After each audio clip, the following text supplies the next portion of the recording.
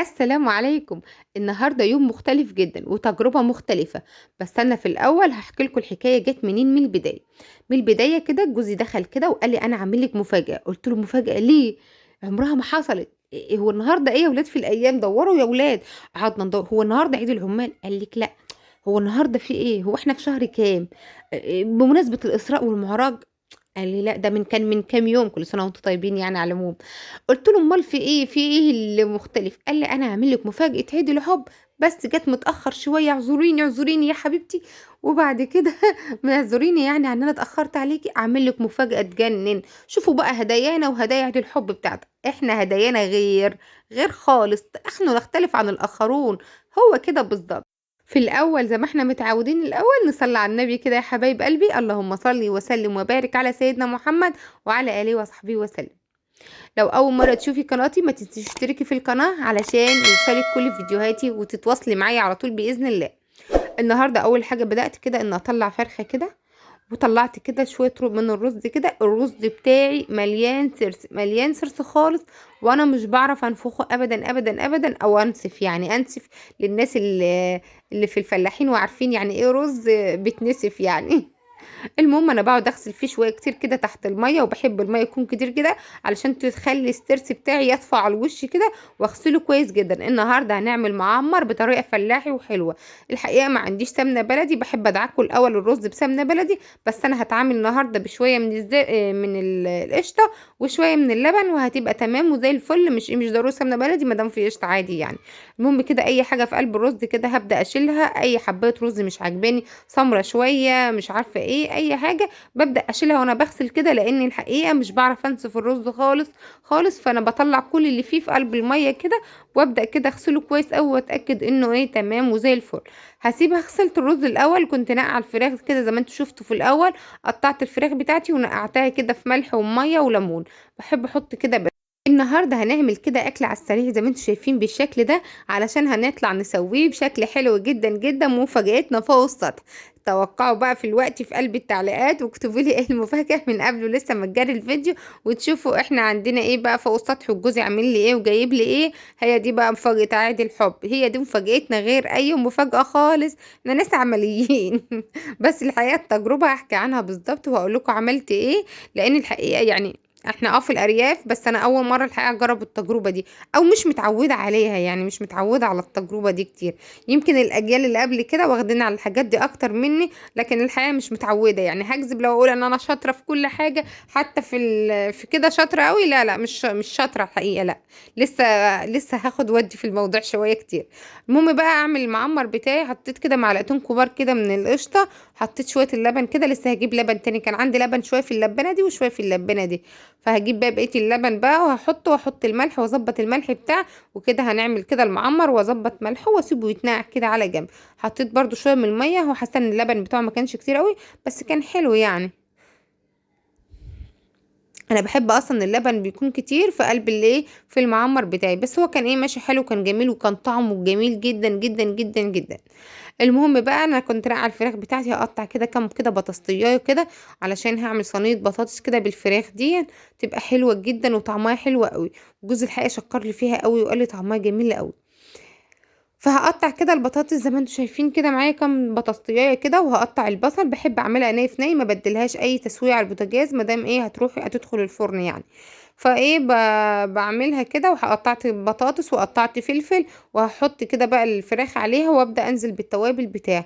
أنا هاحط في قلب الصينية دي واحس إن الصينية صغيرة وانقلها في صينية أكبر شوية، يعني إيه إن كان كده رزقك ضيّق وسّع له الحلة، أمي كانت تقول كده ما أعرفش ليه.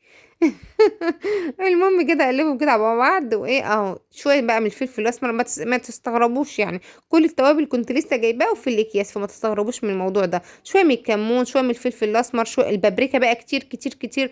طماطم الايام دي كلها ما هيش حمرا خالص، ما بتحمرش ابدا، فحطي بابريكا كتير عشان الصينيه بتاعتي تبقى حمرا وشكلها حلو. شويه من توابل الفراخ، شويه من الجنزبيل، شويه من الورق الروري، حبهان، اي حاجه بقى بتشيل الزفاره بتاعه الفراخ، عشان البطاطس بتاعتك تكون طعمها حلو كده ومتنكهه وطعمها جميل. هجيب بقى الطماطم بتاعي فرماها في الخلاط وحط عليها فصين من التوم عشان تديكي طعم حلو.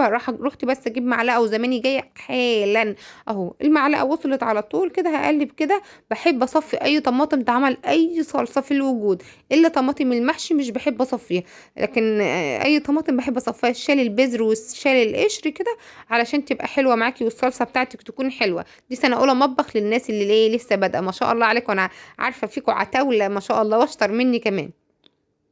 فانا هخلص بقى كده، حطيت كده شويه بقى من الميه كده في قلب بتاع، وهبدأ كده اصفي كل حاجه كده، تنزل كل حاجه بس في الطماطم كده. وخلاص كده صينيه جاهزه معايا، احط لها معلقتين ثلاثه كده من الزيت، وهو الفراخ بتاعها هبدأ اقلبها واحط لها معلقتين ثلاثه من الزيت، وهي الفراخ بقى برضو هتنزل كده بقى السمنه بتاعتها، وكده تمام وبقت زي الفل.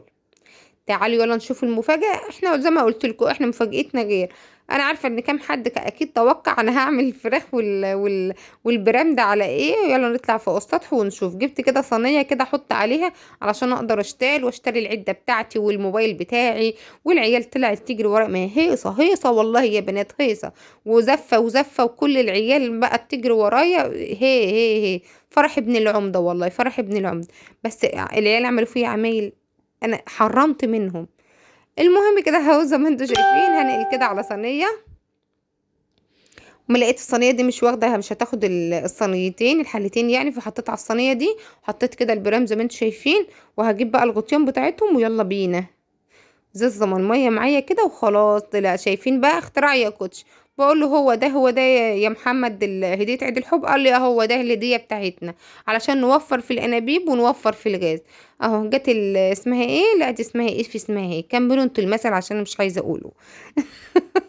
المهم التجربة النهاردة، أنا على فكرة أول يوم النهاردة أجرب التجربة دي، يعني مش واخدة عليها، يعني معلش أنا عايشة في الريف زي ما قلت لكم قبل كده، بس مش واخدة، يعني مش واخدة قوي على الحاجات دي. المهم كده أنا بدأت أولع كده، والعيال بدأت أول ما طلعت احنا هنولع يا ماما، يحدفوا يحدفوا يحدفوا يحدفوا. هو ايه انتوا بتعملوا ايه؟ ملوها حاجات وانا مش عارفه اصلا هي مليانه ايه. المهم قمت لقطه وخلاص، خلاها تولع بقى باللي فيها، مش مشكله هي مليانه ايه. وعاملين فرح وزنبليطه حواليا، وكانت يوم ما اقولكوش ما اقولكوش ما اقولكوش، عملوا لي دوشه وصداع. والبتاع دي دخنت عليه، هو ده فرن يا جماعه، ده برميل كده معمول فرن. دخنت عليه دخان، دخان السنين، دخان السنين.